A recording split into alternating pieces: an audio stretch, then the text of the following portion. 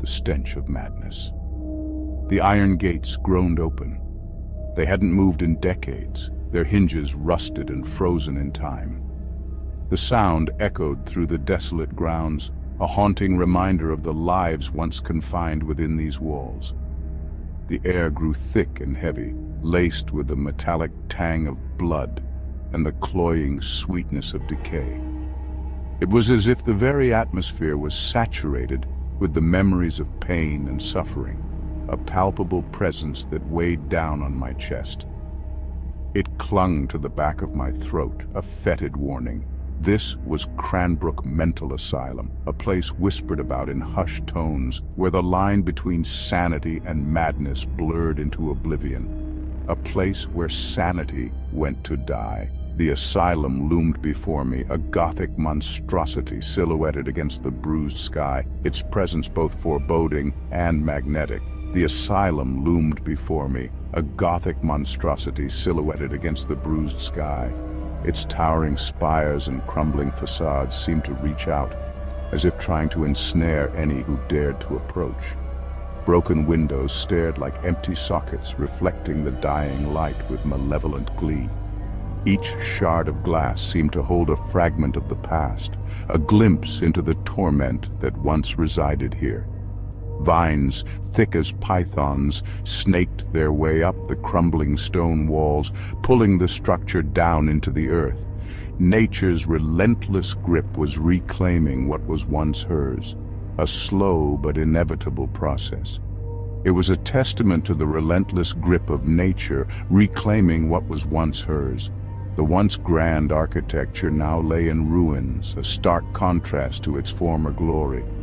I stepped onto the overgrown path, each footfall a crunching echo in the eerie silence. The path, once well trodden by the feet of the lost and the damned, was now a forgotten trail, swallowed by time. The air was heavy with the weight of untold suffering, the ghosts of forgotten souls clinging to the very air I breathed. Their presence was almost tangible, a chilling reminder of the asylum's dark history. I could almost hear them, whispering my name from the shadows, beckoning me closer. Their voices were faint, like echoes from a distant past. Yet they held a power that was impossible to ignore. This place, this festering wound on the landscape, held a dark allure. It was a siren's call, drawing me deeper into its decaying heart. It whispered promises of forgotten horrors, of secrets buried deep within its decaying walls. Each step I took felt like a journey into the unknown, a descent into madness.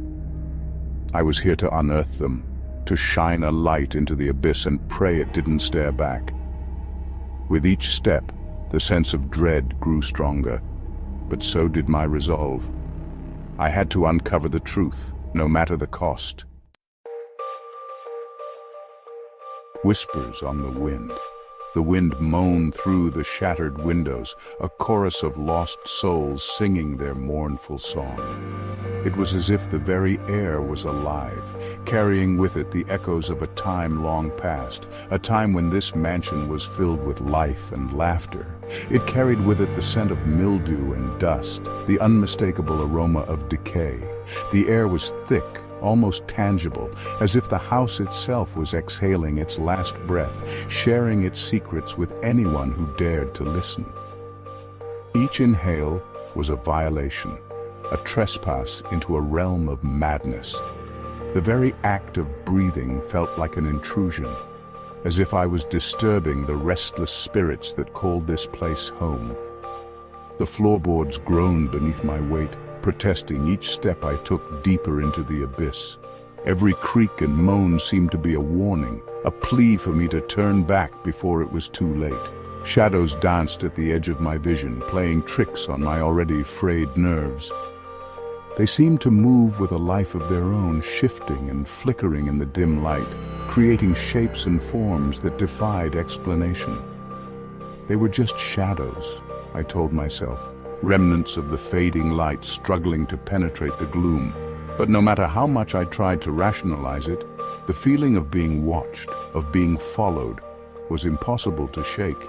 But what about the whispers? the soft, insidious murmurs that seemed to come from nowhere and everywhere at once. The ones that seemed to slither from the walls themselves, hissing my name like a long-forgotten secret. They were persistent, relentless, growing louder with each passing moment. They were faint, barely audible, yet they sent shivers down my spine. It was as if the very walls were alive, breathing and whispering, sharing their dark tales with me. Were they figments of my imagination, or did the asylum itself have a voice? The line between reality and illusion blurred, leaving me questioning my own sanity. The air grew colder as I ventured deeper, a bone-chilling cold that seeped into my very core. It was a cold that went beyond the physical, reaching into my soul and filling me with dread. It clung to me like a shroud, a tangible manifestation of the darkness that permeated this forsaken place. The cold seemed to have a life of its own wrapping around me, squeezing the warmth from my body. I pressed onward, drawn deeper into the asylum's embrace, compelled by a force I couldn't comprehend. It was as if the house itself was calling to me, pulling me into its depths, eager to share its secrets and its sorrows. Shadows of the past. The main hallway stretched before me, a seemingly endless corridor lined with doors, each one a portal to a forgotten nightmare. Peeling paint hung from the walls like scabs, revealing glimpses of faded floral wallpaper, a cruel reminder of the lives once lived within these walls. I ran my hand along the cold, damp surface, feeling the weight of history beneath my fingertips. The stories these walls could tell, the horrors they had witnessed. Lives shattered, minds broken, hope extinguished. It was all here, etched into the very fabric of the building. A sudden gust of wind slammed a door shut at the end of the hallway, the sound echoing through the silence like a gunshot. My heart pounded in my chest, adrenaline surging through my veins. I spun around, searching for the source of the noise, but found nothing but shadows and dust. Was I truly alone in this desolate place? Or was something else lurking in the darkness, toying with me, savoring my growing fear? The thought sent a chill down my spine, a prickling sensation that told me I was not alone. A glimpse into hell. I pushed open a door on my right, the hinges screeching in protest. The room beyond was small and cramped, furnished with nothing more than a rusty bed frame and a single wooden chair. The air was thick with the stench of urine and feces, a pungent reminder of the room's former occupant. Scrawled on the wall in what appeared to be dried blood was a single word: forgotten. It was a chilling testament to the despair that had permeated this place, a silent scream from beyond the grave. I stepped inside, careful not to disturb the layer of dust and debris that covered the floor. A single ray of sunlight sliced through a crack in the boarded-up window, illuminating a pile of rotting books in the corner. I picked one up, its cover long since disintegrated, revealing pages filled with frantic scribblings. They were the ramblings of a madman, filled with incoherent sentences and disturbing drawings. But within the chaos, I could make out a name, repeated over and over again: Bartholomew. Who was Bartholomew, and what had become of him within these walls? The screaming room. A blood-curdling scream echoed through the asylum, tearing through the silence like a shard of glass. It was a sound that seemed to come from the depths of despair, a cry that could chill even the bravest of souls. I froze, my blood turning to ice in my veins. It was a primal sound filled with unimaginable pain and terror. My mind raced, trying to comprehend the source of such agony. It seemed to emanate from the floor above, a place shrouded in darkness and mystery. With a deep breath, I crept towards the staircase, each step heavy with trepidation. The wooden steps creaked under my weight, adding to the eerie atmosphere. The air grew colder as I ascended, the stench of decay intensifying. It was as if the very walls were exhaling a breath of death. The scream came again, louder this time, echoing through the empty corridors. It was a sound that seemed to pierce through the very fabric of reality. I reached the top of the stairs and found myself facing a long hallway, lined with rooms just like the one below. Each door seemed to hold its own secrets, its own horrors. The scream seemed to be coming from the room at the very end, its door slightly ajar. A sliver of light spilled out, casting eerie shadows on the floor. My heart pounded in my chest, a drumbeat of fear urging me to turn back.